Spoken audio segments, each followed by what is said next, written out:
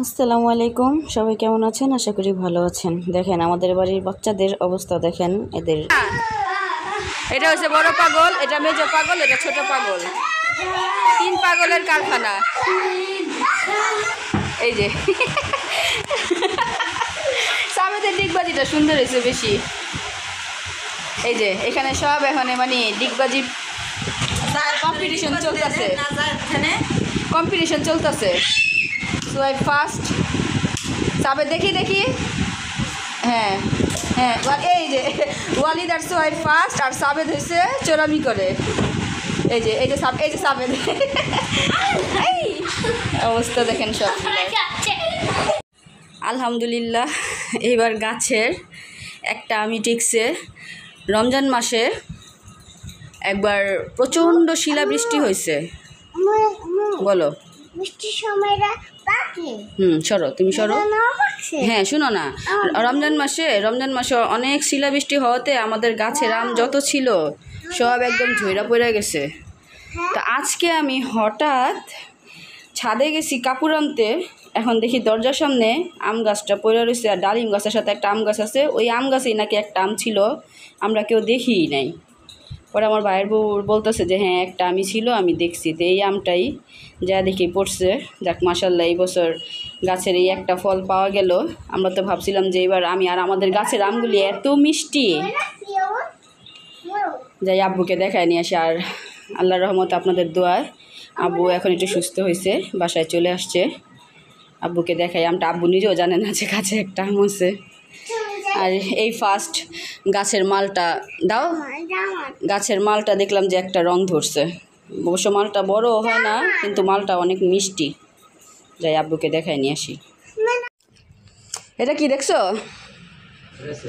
গাছে আসিল, তুমি জানো? তুমি সকালে ছাদে গেছিলা? কি করছো ছাদে যায়? আমি তো দেখি, আমি তো মনে করছি তুমি জানোই না। ওই চলে গেছে, আমি তো দেখলামই না। সবাই দেখছো তোমরা গাছে আম আছে? আমি তো কোনো গাছেই দেখলাম না যে আম আছে। এই যে এই জায়গাটা নষ্ট হয়ে যেতেছে। এই আমটা অনেক মিষ্টি হইব। আচ্ছা তুমি ভাত খাও, খায় কাইটা পরে খাও, রাইখা যাই। আমি তো ভাবছি তুমি মনে হয় জানো না। আমি মনে করতেছি কি ছাদে গেছি কাপড় আনতে, আমাকে কেউ কি ফালায় রাখছে, পয়সা গেছে নাকি। এমনি না, আমাকে গাছের আমের স্টাইল লাগতেছে। কেমন জানি হয়ে গেছে না। হ্যাঁ আচ্ছা কাইটে পরে। ওই সময় যদি কাটতা যখন কইছিল তখন সবাই কাশ্মীরে খাওয়া। এই মালটাটা কাটা হয়েছে, তো এটা ছোট, তো মালটা বড় হয় না আর রং ধরে না। তো এই ফার্স্ট দেখলাম যে একটু রং ধরছে। এখন ওয়ালিদ বলতেছে আম্মু মালটা এটা ছোট কেন, কিন্তু আমাদের গাছের মালটাগুলি অনেক মিষ্টি হয় বাবা, তুমি খেয়ে দেখো। আর আব্বুকে আমি সারপ্রাইজ দিতে যাই, আমি নিজেই সারপ্রাইজ হয়ে গেলাম। সবাই জানে আমের কথা, অথচ আমিই জানি না।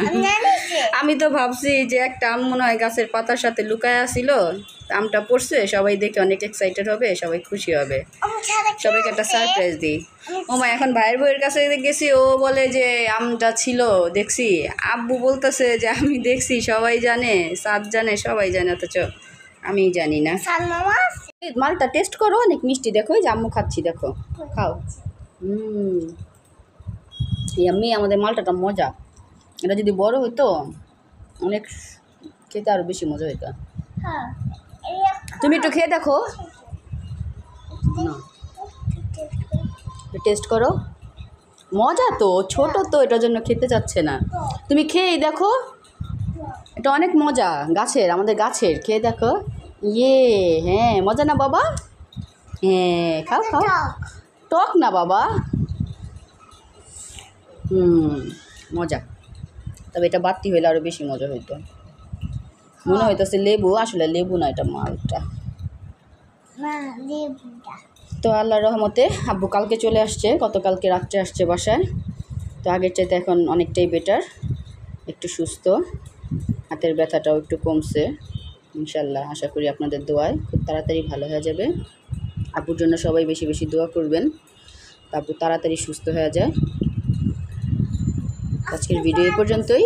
সবাই ভালো থাকবেন, সুস্থ থাকবেন, ওয়ালিদ ব্লগসের সাথে থাকবেন। বাবা আল্লাহ হাফেজ দিয়ে দাও তো, এখানে তাকাও, আল্লাহ হাফেজ, ফ্লাইং কিস দিয়ে দাও, লাভ দিয়ে দাও, ভালোবাসা দিয়ে দাও।